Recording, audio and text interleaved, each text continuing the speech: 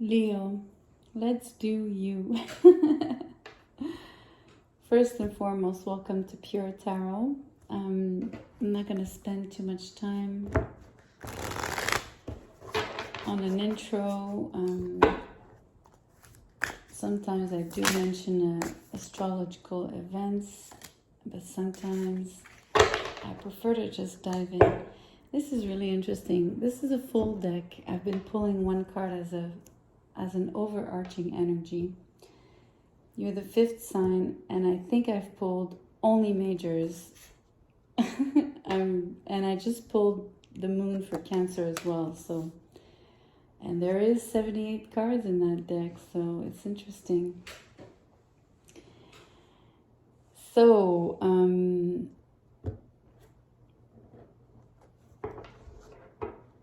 don't wish to repeat myself, but can't help it. In terms of addressing emotions with the moon card here,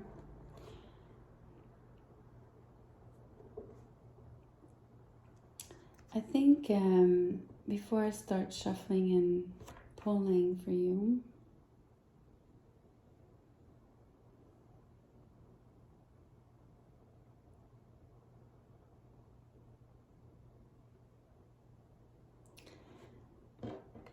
I get this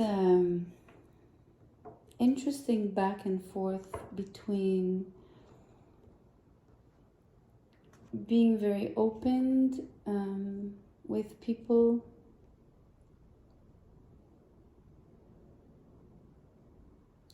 as well as being withdrawn, which I kind of got for Cancer as well, but in your case it's I mean, I can't help it, but I think it has to do with mood swings. You might be a little bit kind of edgy lately.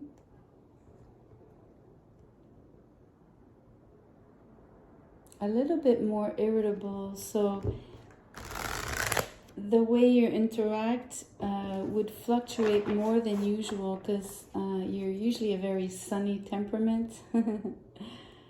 The sun being your ruler, but in this case, I sense you to be a bit moody. Let's see what the tarot says. Maybe it'll reveal or just describe something very different. Queen of Swords in reverse. It's absolutely in line with what I was saying. You're sharp. You're probably lacking patience, so and maybe being a little bit harsh or just a little bit dry or blunt more than usual. Like I said, you're usually much more like you feel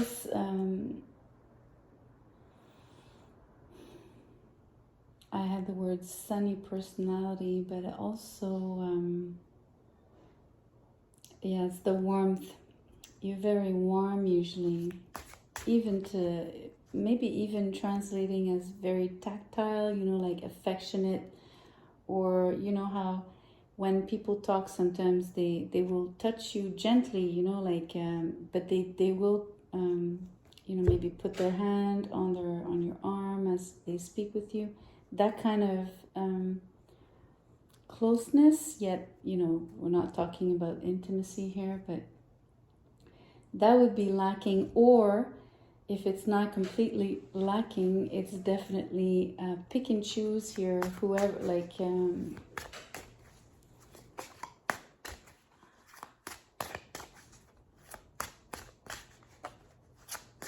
or if you're more affectionate on a regular basis, right now maybe you're less engaging and warm and friendly and touchy-feely. Let's see why. Okay. Wow.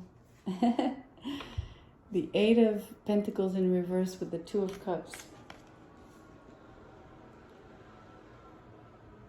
So there's work to be applied to your relationships, to your connections.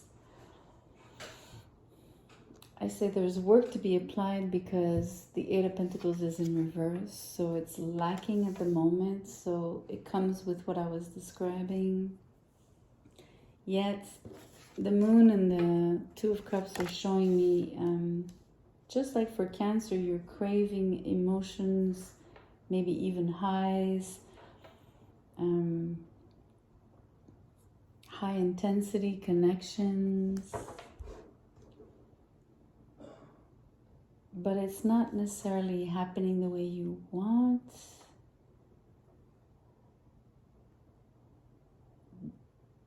There's kind of a lack on your part in terms of your attitude with the Queen of Swords and the investment or the time or the effort you put in with the Eight of Pentacles in reverse.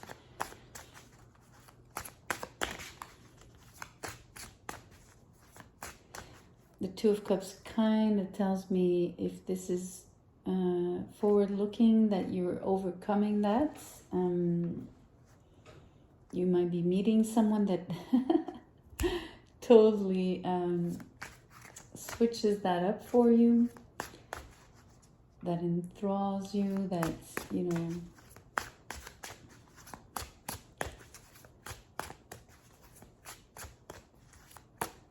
interesting.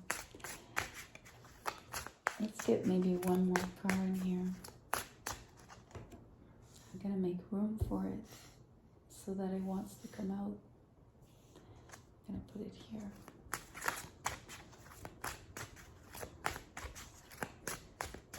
So tell us more cards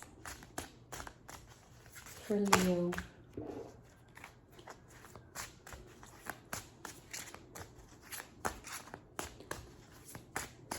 I'm gonna be quiet. Ah, there it is. Ten of Pentacles in reverse. And you just check. Yeah, it's the only one that flipped.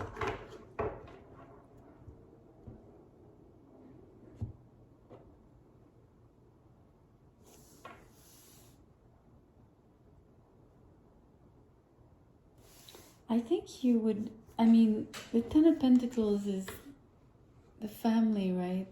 Is the lineage, etc., but the ancestry. And we have the Moon, which is the ruler of Cancer. Cancer, very family oriented. So maybe this irritability I was describing, this lack of effort you're putting in, especially with the Ten of Pentacles in reverse here, is actually, and the Moon, it maybe is geared towards your family members in particular, right?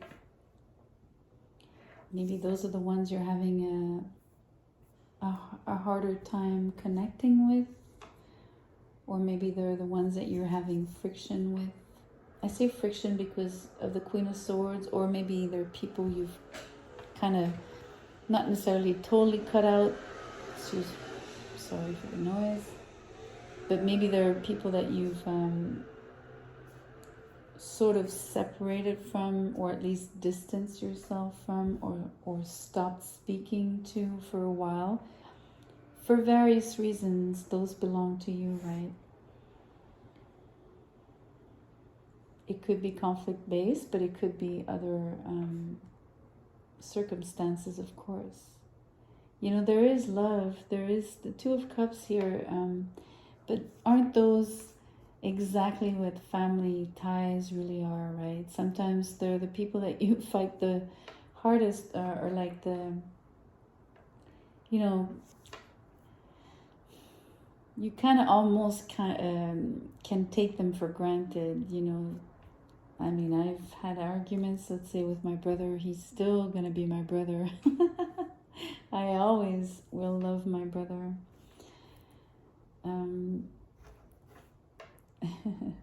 Especially younger. We used to fight as kids, right? Brother, sister. But it's an example. I mean, we're talking about adulthood here, but I'm just giving you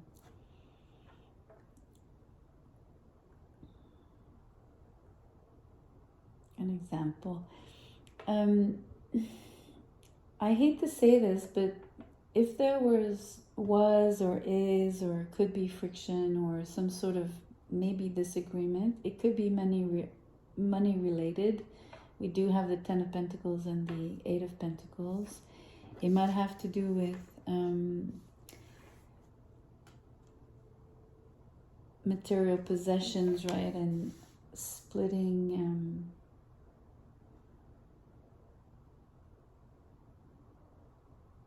It's funny, I got the same message for Cancer somehow, like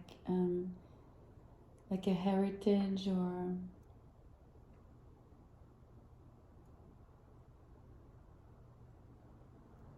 That's interesting. I wonder if you might have Cancer placements or vice versa. People that you're dealing with might be Cancers, just because of the other reading, right?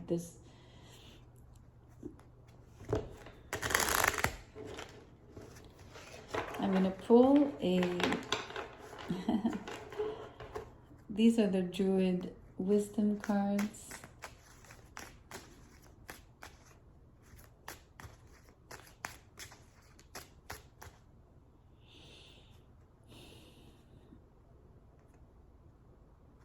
It could also have to do with home arrangements, right? Like living arrangements. So not necessarily material goods, although a house can be considered material good, but in terms of who's living with who, who's taking care of who's paying for what, that kind of stuff, right?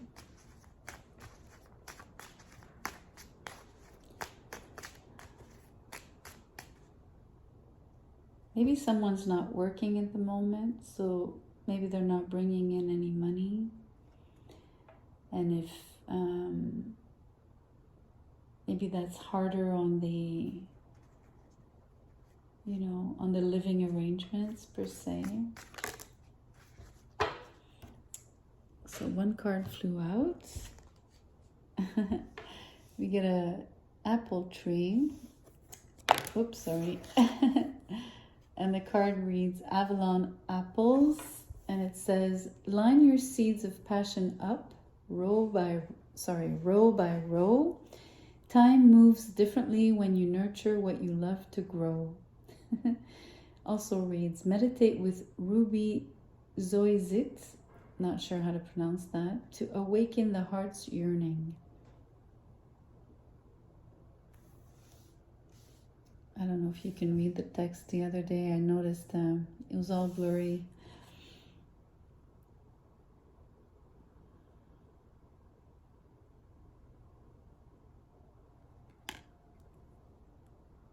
I'm focusing on the sentence that says that time moves differently when you nurture what you love to grow.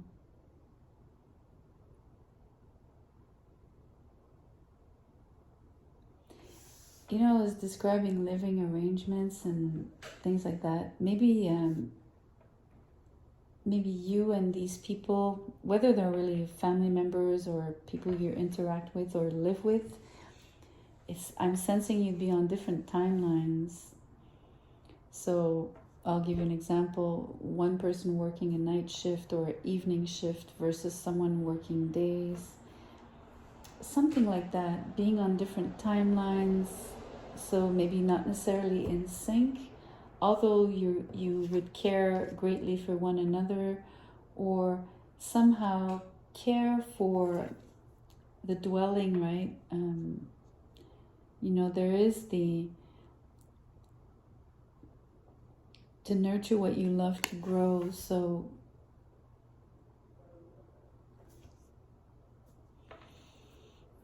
if you share a home, somehow it's maybe that's my own personal opinion, but I'll still share it. It's important to take care of your living space, especially if you live with others, right?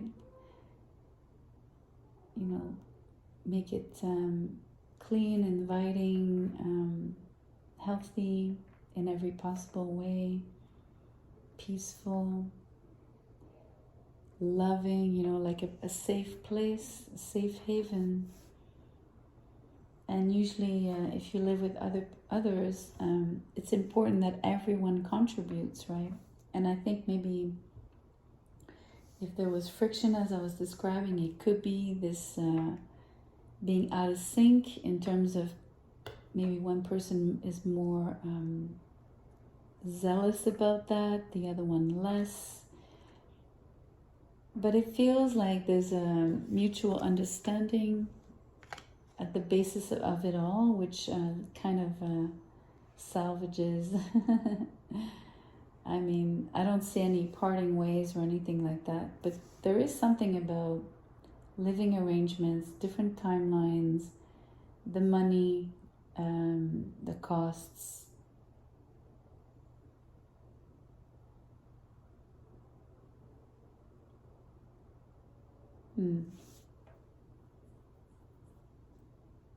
Interesting. So there you have it, Leo.